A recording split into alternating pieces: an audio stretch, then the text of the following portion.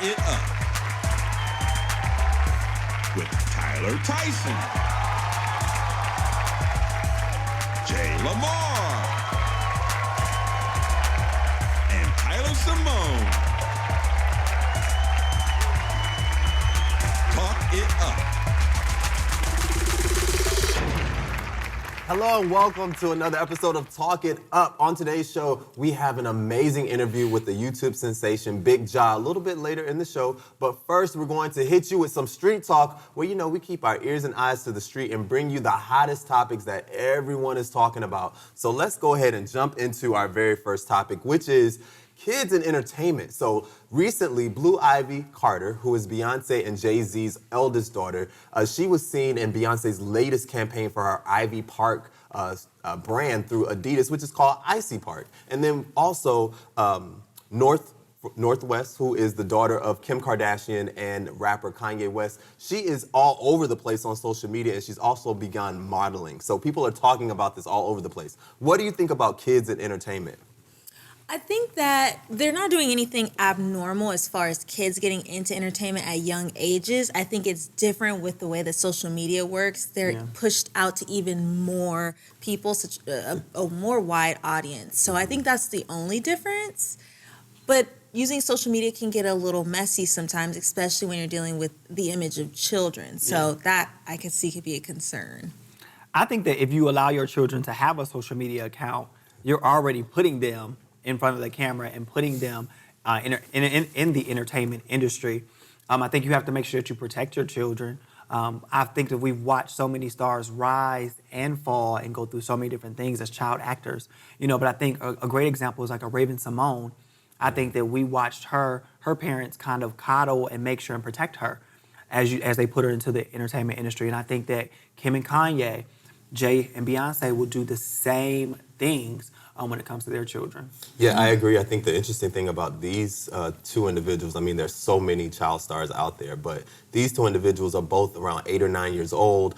Their parents are some of the biggest celebrities in the world. The biggest.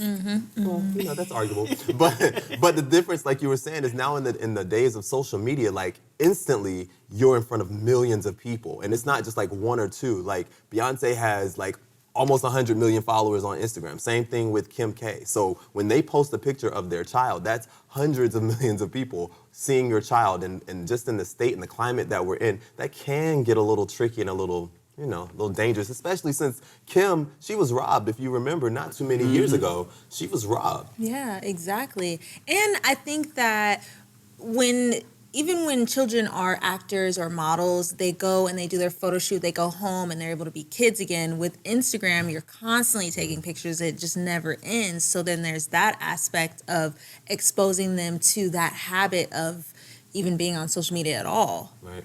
I feel like Blue and North, I think they were destined to be stars. I feel like they really don't have a choice, They don't. I can't imagine hiring an attorney and her name is North, or going to a doctor and it's Dr. Blue. Right. So I feel like they were destined to be stars. And I also think that they enjoy it. I think that Tina Knowles talked about how Blue Ivy enjoys like makeup. And she's like infatuated with makeup. She even did Tina Knowles makeup one day on Instagram. Chris and Kim and Kanye, they talk about how North enjoys playing dress up and she loves being in front of the mirror and dressing up like her mom. So I feel like them seeing their parents elevate to a certain level, they kind of want to be just like mom. They want to be just like dad. Yeah. What I love, I think, more than anything is that these kids are businesses now. So the way that these parents, so we're talking about Jay-Z and Beyonce with Blue Ivy and Kanye and Kim with North, and then even in taking it to Candy Burris and Ace Tucker and Monica and her 3 kids, like even Brandy and Sarai, like all of these parents now are making their children their own entities so that they can make their own money so that when they do become of age, now, they have some wealth already established. And I think that part of this whole conversation is the great part. Do y'all remember how we found out about Blue Ivy's name and then when Beyonce had the twins? Do you remember how we found out about their names? The trademarks. Beyonce and Jay-Z filed trademarks within the same week or the week before their children were born. So somebody was stalking the trademark and they seen that Beyonce and Jay-Z had a Blue Ivy trademark. And that's where they were like, oh, they're going to name the kids Blue Ivy. Name the child Blue Ivy. Right. Same thing with Rumi and the twins. Like, That's how we knew that Beyonce was going to name the kids the and twins. Sir. Yeah, Yeah. Rumi and Sir. Yes, they really are treating them more like entities. Yeah, their own Which businesses. I'm not mad at. You know, like No. if my parents had started a little something, I wouldn't be mad at that. Right. So let's go ahead and jump into this other conversation, which, you know, we talk about diversity a lot here on the show. And country music is, I think, one area of entertainment where I think across the board we all can agree that the word diversity is probably not one that they probably use a lot, considering the lack of diversity that we've seen, considering the multiple stars that have used the N-word or that have, you know, they're quick to hold up the Confederate flag. So I don't understand how they can argue that they're a diverse group. What are you thinking about this? Because the only black country star that I can think of off the top of my head is Darius Rucker from Hootie and the Blowfish, and that's just one person. I don't know if this conversation in country music is being started more so because they don't want to be someone, or they don't want to be seen as not being a part of the unification of everything that's been going on. So I don't know. I think that people are speculating that this is kind of a way of pushing it under the rug. We want to apologize or talk about it before anybody brings it up to save ourselves. I don't know. Hopefully, you don't think it's authentic, is what it sounds like. Yeah, I think that it's coming at a time when it seems like everybody's kind of doing the same thing. They're trying to cover their butts. Why haven't you talked about this before? Why are country artists just now coming to the forefront? I do think they're trying to save face. Two instances that I think of. When Beyonce performed at the CMAs, I think it was 2019 or 2018. With the Dixie Chicks. With the Dixie, that was a big deal. People did not want Beyonce. Was outrage. There was outrage about Yes. Beyonce performing. And Beyonce represented the black culture so well because she did a phenomenal job, and then Beyonce's poise and grace really shined through the camera. Yep. Also think about Garth Brooks. He's a well-known Republican. But at the inauguration, we seen him do something very, very interesting. He hugged Barack Obama and Michelle Obama. They said that he has performed for pretty much, I think, the past 6 U.S. presidents he's performed for. And one of his favorite presidential couples is Barack and Michelle. So I feel like the black community, we're fans of country music, but are we welcomed in country music is the question. And I think that's where the issue is. I think a lot of people think because, country music doesn't have a driving beat, so black people can't be interested in it. But the thing about country music is that it's a story. They're It's constantly soulful. telling stories. There's it's soul there, which is, of course, something that I think we all can identify with.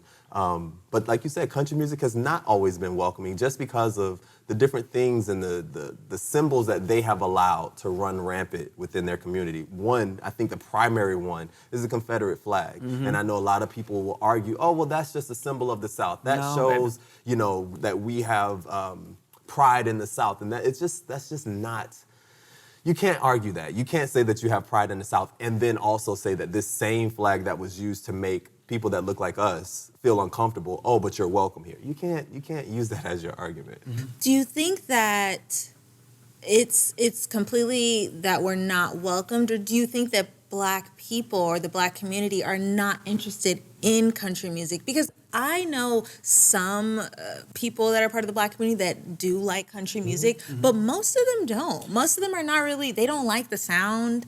I mean, I don't know if they're even It's not for interested. everyone. I like it. I like Some Carrie of Underwood. the- Listen. But then you have artists like a K. Michelle who has gone public multiple times Said it. saying Yes, that I wanting to want get to involved. perform country music and I have been trying to perform country music, but I'm not welcome. The Right. stations won't play my music. I can't get a performance at the Grand Ole Opry or for the CMAs. You have black country music artists, I can't think of her name off the top of my head, but she talks about how her struggles and how she's signed to a label and she has an issue getting her music played on country music stations. So I think country music has a well-documented history of not being welcomed, welcoming for our community. And I think all it'll take is like one controversial person. K. Michelle was that person that doesn't mind controversy. So I think it'll take her stepping to the forefront. I was going to mention her as well because she's said it multiple times about her wanting to be a country music star. That's what she aspired to be in the beginning. And she was just forced into R&B because of her look. Because she was black. Yeah, because she was black. So I would be very interested in seeing that. But I do want to say, real quick before we get out of this block, Rodgers and Hammerstein, Cinderella, Disney Plus, the most diverse Disney program ever, especially in the 90s. It received 60 million views when it first came out. It was the biggest, largest viewing musical for ABC and Disney at that time in decades, gave them their largest ratings in decades, and it put them back on the map. So they are finally putting this on Disney Plus for everyone to see. Brandy, R&B singer Brandy, who is beloved, I think, in the black community, but she was the first black Cinderella, but she was shunned, basically, all these years because, Disney wouldn't release this movie. What do you think about it being released now on Disney Plus? It's just a coincidence, it's a coincidence that it's been around for all these years and it kind of was forgotten about, and now all of a sudden they want to put it on Disney Plus. That should have been one of the first movies that they put on Disney Plus because it's such an iconic movie. But yeah, I think it's a huge coincidence that they're doing it now. I said this before on our show. I think it's very interesting that still with our generation, we are still exploring the first female black vice president, the first male black president, Brandy being the first black Cinderella. I can't wait for the trajectory to change, probably by the time my kids become adults, where it'll be kind of normal. We won't be saying, oh, she's the first black. No, she's just somebody who got the role and happened to be black. Yeah. Right. Yeah, and on that note, we're going to wrap this up with a bow. You can watch Cinderella streaming right now on Disney Plus. There was a huge reunion that featured the entire cast, all of the ones that were living. So make sure you go and check that out, and we will be right back with more of Talk It Up. Keep it locked.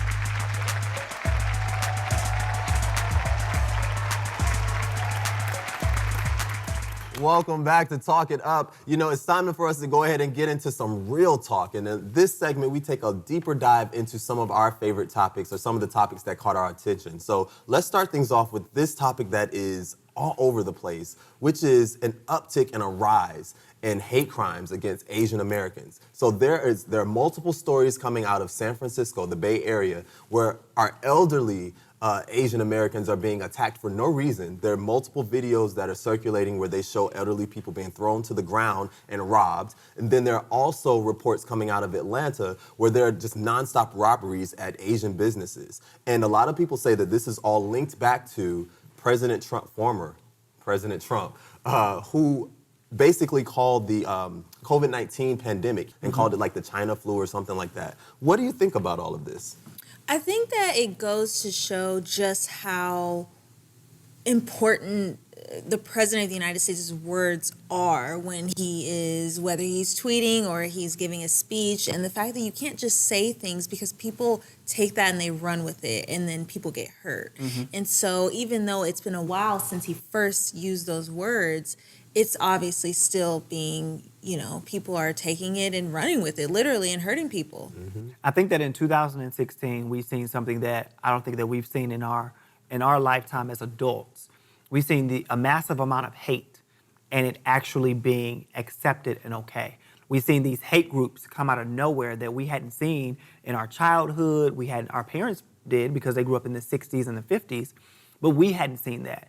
And so to see a influx in these hate crimes, it solely lands on former President Trump because he encourages the hate. I think I watched something on CNN where they talked about how many times he said the word like fight or beat them up or kick their butt or something like that. And he said that while he's on the campaign trail numerous of times. When he got in office, he said it numerous of times. And then he almost thought it was comical to make fun of other cultures. And like you said, as a president of the United States, people are paying attention and watching. And so if they feel like that they can put that hate out there, they're going to do it. Yeah. And that's what we're seeing displayed right now. But what's insane to me about this, what really I think grabbed me to this, not only did I see the videos and of course it pulled at my heartstrings, but I listened to the police chief in the Bay Area. They had to basically create a whole task force to stand guard and watch over Chinatown in this Bay Area because of the massive amounts of hate crimes that the Asian Americans are experiencing. And so to me, I just don't understand how that much crime can be directed at one group of people and there's not really much being done about it. You know what I mean? Like, I don't understand how we can't stop this, because it's not like, oh, well, we don't expect it, or, oh, we don't know how this is going to happen. Like, we see it coming. There are nonstop reports, like every minute, on the minute, there's a report of someone, Asian American, being attacked in the San Francisco area. That is absurd. Can I stop you right there? Does that sound familiar? It does. It does. I mean, it's, my comment would sound a little callous, which is why I'm not saying it, but they're basically experiencing what we experienced back in the day. I get it. 100%. Yeah. But that doesn't make it right, though. It doesn't. But it sounds like everything you're saying it hit me because it sounds so familiar. It does. It's what we've seen in our community and as Black people, what we faced. Mm-hmm. And it's sad to look at it now from a different lens and see another group or another culture experience what we experienced. But at the same time, it's crazy because we haven't fixed that issue for us. Right. And now Trump, he seemingly has started a whole nother issue with the Asian Americans, and now they're experiencing that. And so now you have Black people experiencing the social injustice issues, and now we have Asian Americans who are being targeted. I watched a video of a 53-year-old grandma in New York City, and she was literally tackled by a man, and he got up and then ran off. Yeah. Why?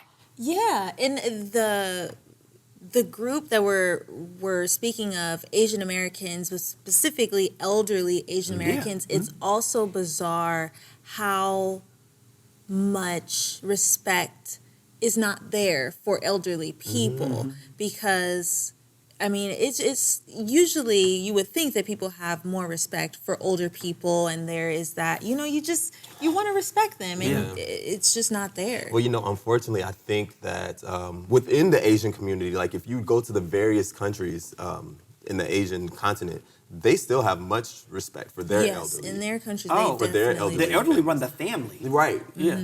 And we used to have that in America, but somewhere along the way, I feel like we just kind of threw some of our morals out of the window, and we just treat our elderly across the board like, get out of the way, like move, you're in the way, you're moving too slow, stand in the back. We treat them, we discard them. We're very quick to discard our elderly people. Yeah. And I feel like, in this particular situation, I think that it's more so, I don't think that they're being positioned to being attacked because of the disrespect. I think that it's really, really a cultural thing that, like I said, Trump put in place to hate. Just to hate? Yeah. Yeah. All right, well, let's move on to this next one. Okay, so I want to bring this next topic to the table, and this one talks about pandemic breakups. So, a lot of people are blaming the pandemic on their relationships falling apart and people getting together so quick only to break up a week later. But this has been going on ever since the beginning of time, I think, but especially in the dating app world. You swipe left, you swipe right. So what do you think? Do you think the pandemic has anything to do with all these massive breakups? So I think that if we take a second and take ourselves outside of the box and kind of look within, right now, everybody is at home during the pandemic. When we're used to living a normal life, we're used to, even if we're in a relationship, some of us have had days to where it's like, on Tuesdays, I'm gonna go to Taco Tuesday with my best friend. On Thursdays, I'm gonna, hang out with my coworkers. So we've always had those opportunities to, in a sense, take a break from our significant other. Now we don't have the opportunities to take a break. Now we're all in the house, we're working, we're doing everything together. And I feel like, I don't know about you guys, that in January of 2020, New Year's, you always see the cute couples. They take their little Christmas pictures, and then they take little New Year's pictures, and I'm not jealous or anything. But then, we've seen that in January, then come December, I've seen a lot of people taking pictures by themselves. And I feel like that's because people are finally getting to know their partners. So have you guys seen a shift on your social media accounts with the amount of couples that are having successful relationships right now? The couples that I've seen that have moved on to maybe getting engaged, getting married, and having babies were together pre-COVID. And maybe that explains it. Those that have had situations that began during COVID, I think that people are we talked about this on another one of our shows, but they're on the fence of even posting the person to begin with. Yeah. So I think that people are constantly dating and constantly breaking up and getting back together, but people aren't as vocal about it because it is such a, nobody wants to be that person. Yeah. Huh? I would like to say that as a result of the pandemic and having to be home and everything, people have learned who they really are, and they're now able, hopefully, they're now able to be honest with themselves, thus to be honest with whomever they're dating and in life in general. And so I would like to think that the reason why you see a lot of people breaking up perhaps is because they realize, oh, you know what? I thought that we got along. I thought that we were good. I thought I actually liked you like that. I don't. I've had clients and friends say that during the pandemic, they've taken a break from the relationship. And I'm like, well, what does a break during the pandemic look like? Oh, well, you know, he or she is going to stay at, you know, their mom's house for a month, or they're going out of town for a month, or we just need space because, like you said, Tyler, like, they really probably didn't know each other that much moving into a relationship. And the pandemic has allowed you the opportunity to get to know yourself and the person you're with. Right. And for a lot of people, they realize that either they don't like themselves as much as they thought, or they don't like the person that they're with. Right. But I think it's a great opportunity for you to work on yourself. And the relationship, because now that we're locked in the house, I mean, we have nothing left to do but work on this. We have nowhere to run. We're not distracted by anything else because I feel like life was a big distraction pre-COVID. We were all too busy. The reason why we missed out on some monumental, iconic pieces of art, really, black art especially, projects that got overlooked and overshadowed, is because we were too busy. We weren't paying them any attention. But the moment we had to be locked away in the house and all we could do was pay attention to what's on TV, what's on social media, what's in front of us, our relationships, you're forced to have to face it and confront it. So if there was an issue in your relationship, you can't run from it. We have to face it head on and you fix it. Yeah. Or you don't. I don't think now is a good time to break up anyway because it's going to be kind of hard. Like dating during the Where you pandemic going? has, Right, where you where you going? going? Dating during Where the you pandemic going? has shifted drastically unless you're interested in dating apps and getting to know people. Right. So now, like you said, Tyler, now's the time for you to kind of like fix the relationship, fix the issues, work on them. I look at this whole moment because eventually, you know, we are going to get to a place where there will be less restriction. I don't like to call it normal or not. It's just less restriction. And when we get to that place, everyone needs to be ready. And so I feel like this is the time to work on yourself, work on whatever you got going on, your credit, your business, your finances, all of that. And then that way, when we get back to less restriction, oh, we're ready to hit the ground running. You can find your relationship, find love, have kids, all that you want to do. But this moment right now, this time where we're supposed to be quarantining and isolating, this is the perfect time for you to work on yourself. That is where I feel like everyone should be in this moment. And with that said, y'all, when we come back, we have none other than influencer Big Jaw. So y'all keep it right here. We'll be right back with more Talk It Up.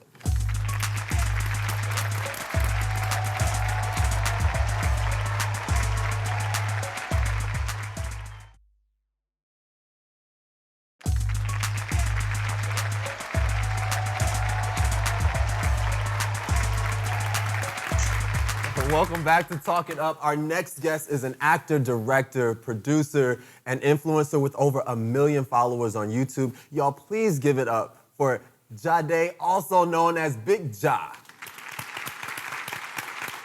What's up, brother? Welcome to the show. Welcome to Talk It Up.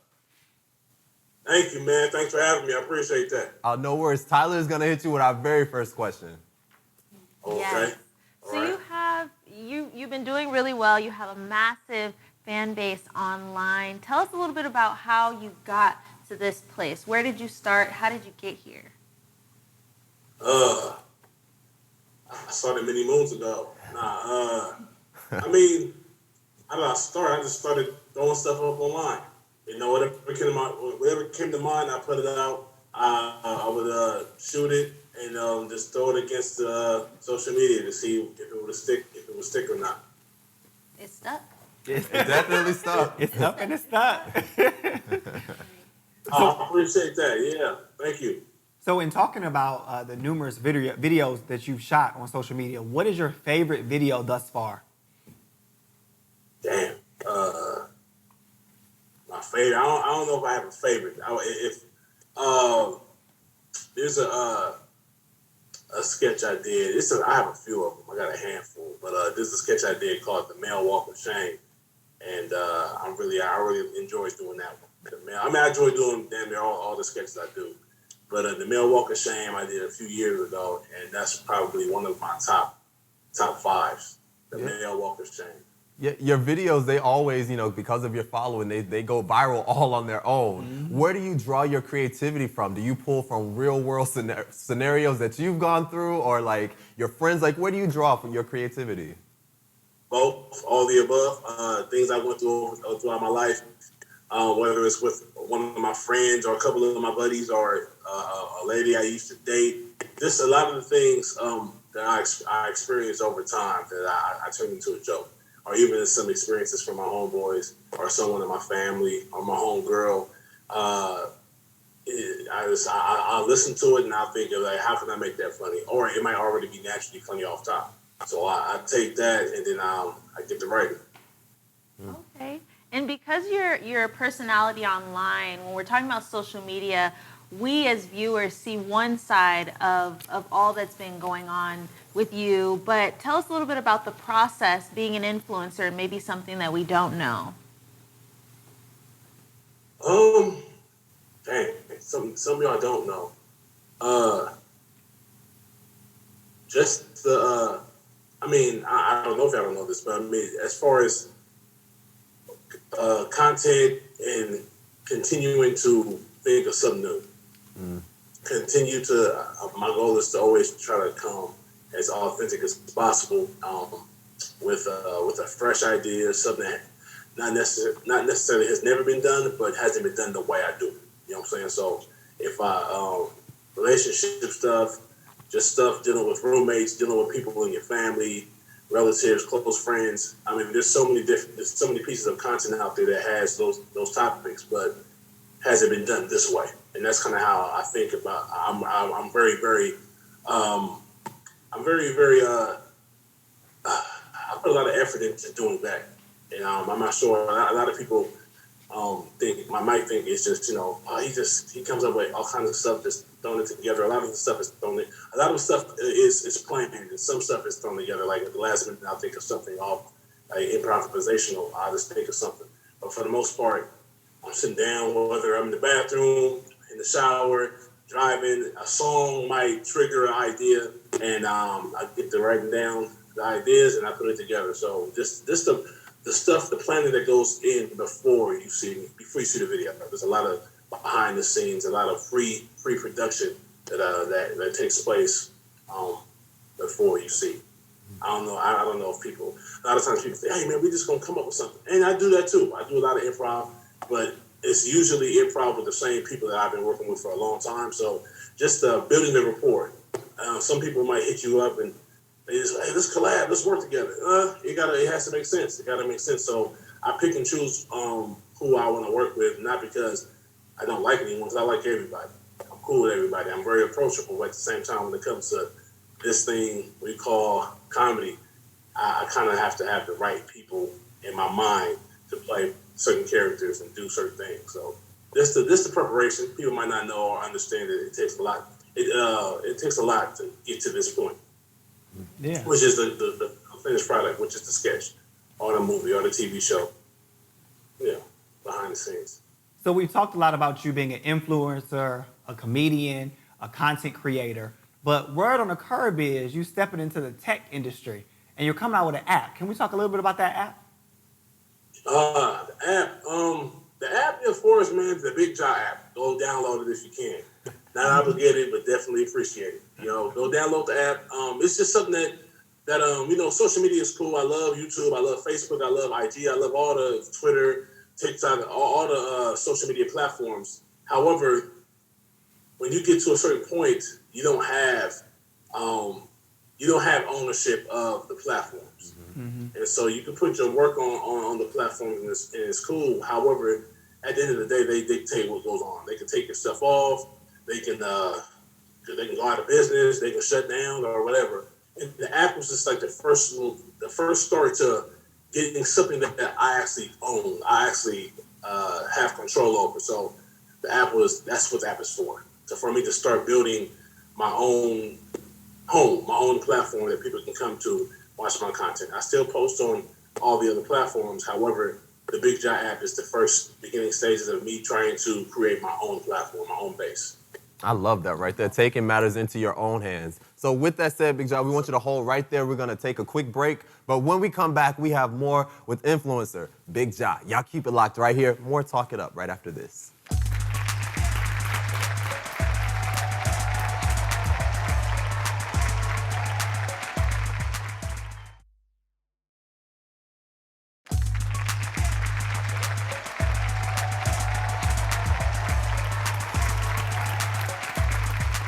Welcome back to Talk It Up. So we are here with influencer Big Jaw. So Jaw, let me ask you real quick. You have over 1 million subscribers on YouTube. Your videos have been seen by millions of viewers. Do people ask you for money a lot now that you are a major influencer, now that you're world famous? Do you get hit up by family and friends like, yo, let me borrow a couple dollars? I'm a blessed individual, man, because the type of way I was born, I was raised. Not really. I'm gonna keep it 100. I'm the youngest of 7. So, my success hasn't really got to the point where my family is asking for money. Actually, I can't even think of anybody. You know, not even my mother, and she has the right to. Exactly. You know? But they're just happy for me. They just encourage me to keep going and do my thing. So. And even my friends, I'm talking about. I have homies that I grew up with from high school, middle school, and they're the same way. No one's really asking for anything, and they just say, "Bro, do your thing." So it's I just attest that to like my surroundings, the people I've been around my whole life have never been those type of people. I know it exists. I know people with more money with problems, and when you get to a certain level, and I don't think I reached that level yet, but hopefully one day I will. But even into the success that I've gained over the last few years, my friends and family, none of them are really like, hey, let me hold something. It's not like that with my situation, even though I'm sure it happens a lot. But I've been blessed that most of my people just want to see me win. They're not trying to take a piece of nothing. They just want to see me do my thing. Yeah. Yes, I love that. Being that you are in front of the camera and behind the camera, online and offline, is there any advice that you could give someone trying to get involved in the industry, trying to produce their own content? Learn everything. You don't gotta be great at everything, but learn everything. You know, my weakness is lighting. So when I have guys around the set putting the lights and shaping light, I'm paying attention. I'm trying to learn. Okay, well, how did he get that light, or he or she get that light to look a certain way? If you want to get into this industry, learn everything. When I mean like learn how to write, even if you don't write everything, learn how to. Even if you don't shoot everything, learn how to operate a camera. At least the basic operations of cameras. I think you should learn everything. How to direct actors. You might not ever direct your own stuff, but you should know in some way the process, how to get someone to perform the way you want them to. You know, a lot of people are jumping straight into like, I want to create content. I got people in there acting, and the acting is subpar because they don't know how to direct. They don't even know what to look for. You know what I'm saying? So just kind of be a student of the craft. If it's not just, unless you're just in it for the views and the likes, that's cool. But if you're in it for like the long term, the long haul, and you want to actually make something out of yourself, and out of your brand, out of your career, then I think learn everything. Learn how to take an idea, think of it, write it down, delegate the dialogue to each different character in your sketch, or in your video, or in your episode, and then rehearse it and learn how to.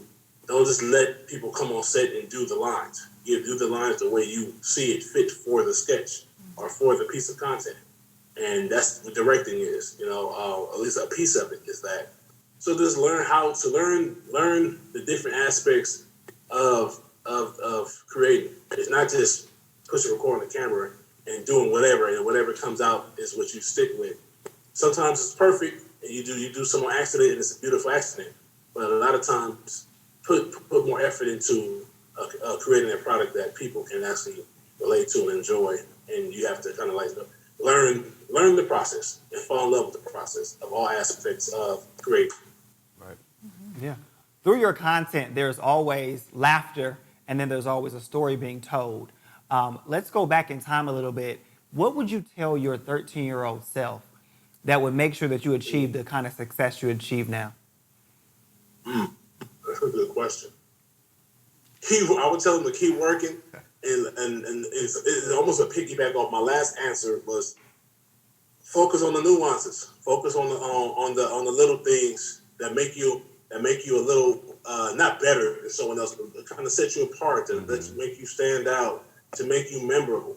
Find ways to try to think for yourself and for the viewers that might look at your content, and have something that, like you said, there's a message. I don't want to. It's not like I'm super deep. Like there's always a message to every sketch, but there is. I try to make it relatable. So relatable. So in a sense, there is a message because some people can always. So there's always somebody that can relate to what I'm doing. And if I hear someone saying, "Oh, I remember when that happened to me," that's what I do it for. And maybe it might even help them in the situation that they might encounter, and they can think of what Big Jai did in that sketch, even though it's funny, but a lot of times it might be something that you can actually use in your real life. So I try to be relatable in that way. So I try to think about how can I make a very regular situation, not overact it, not over exaggerate the scene or the moment. Try to make it as real as possible and as funny as possible through dialogue. Yeah. So I would tell him to make sure your pen is right. Make sure you pay attention to the experience of life. And so when you do create an idea or create a sketch or an episode or a scene, make sure that you it's coming from a place of like honesty and reality. Yeah, absolutely. So, Jai, I want you to stay right there. We're going to take another quick break, and when we come back, we're going to play a quick little fun game with you. Y'all keep it locked. We have more Talk It Up right after this.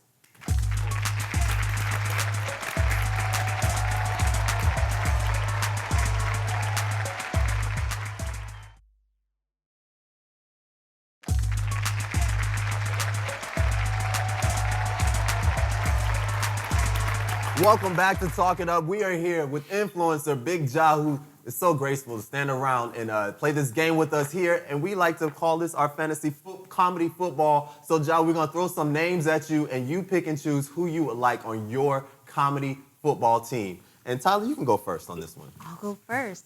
Adam Sandler or Matthew McConaughey? Adam Sandler or Mackie McConaughey? Yes. Okay, Adam Sandler, to my knowledge, is from New York, and I know he's an avid basketball fan. He loves basketball, and I love Adam Sandler too. And he's funnier than Matthew McConaughey. However, he's from Texas, and Texas boys love football. I'm gonna go Matthew McConaughey. So these next two guys are two big guys, and I more so picture them being like the center. But you tell me what you think. So Terry Crews or The Rock? Those are the two big boys of the industry, and they actually both play defense. Center is an offensive position, and they play defensive line. One was a defensive end. I think Terry Crews was a D end, and The Rock was like a D tackle in college. Terry Crews actually played in the NFL as a defensive end, and they both were in extremely great shape, big dudes. I'm gonna have to go slightly with The Rock because The Rock might be a little more tenacious. Even though Terry Crews actually got the lead, he might be a little more tenacious, and I feel like he's a little funnier. And you know he's what? A little funnier. I haven't seen Terry Crews body slam nobody in a while. The Rock still got it. Yeah, The Rock definitely still a savage. You know what I'm saying? So Terry Crews, I don't know where Terry Crews is, I don't know if you want to go into that type of conversation. Right. Terry Crews is cool. We're going to keep it on the football field. Yeah. All right, what about... I'm going to clear the bench, man, and make sure I'm starting to rock. What about Mark Wahlberg and Chris Hemsworth? Ooh. Mark Wahlberg, an athlete now. Mm-hmm. Mark Wahlberg played a football player in a movie, too.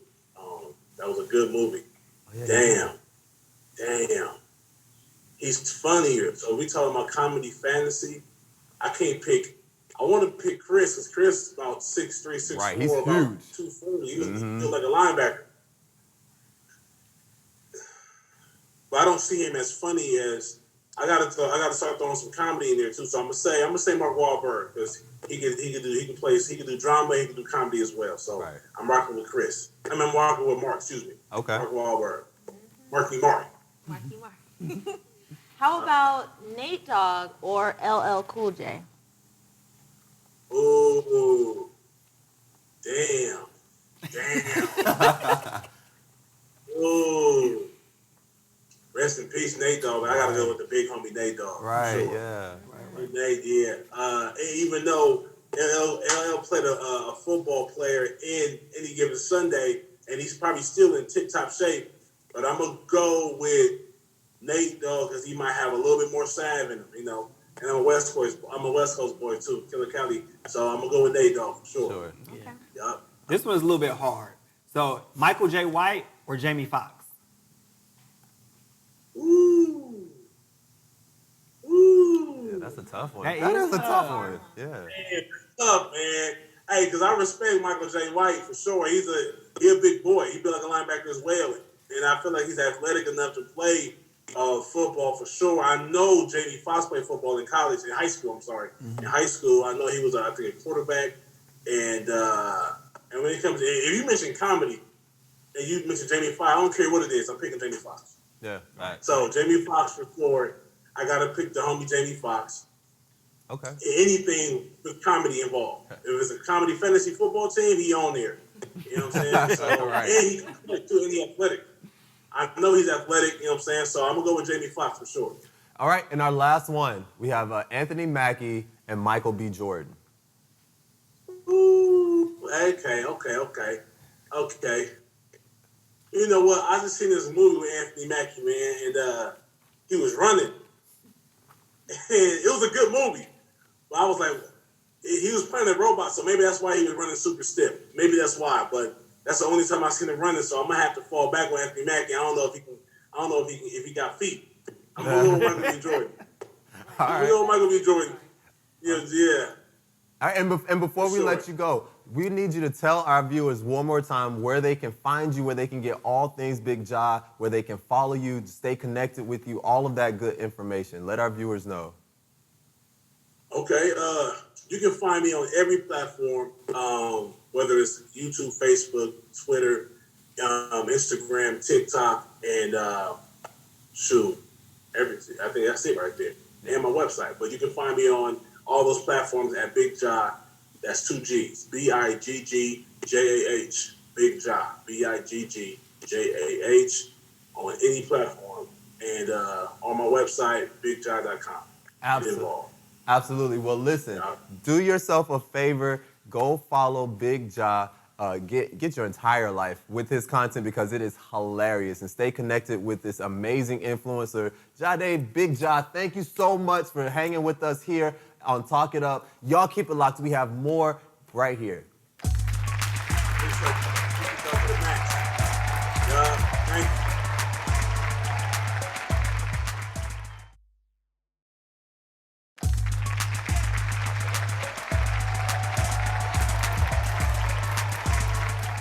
Welcome back. We want to thank Big Ja for joining us on today's show. Make sure you keep it locked and tune in to another amazing episode of Talk It Up.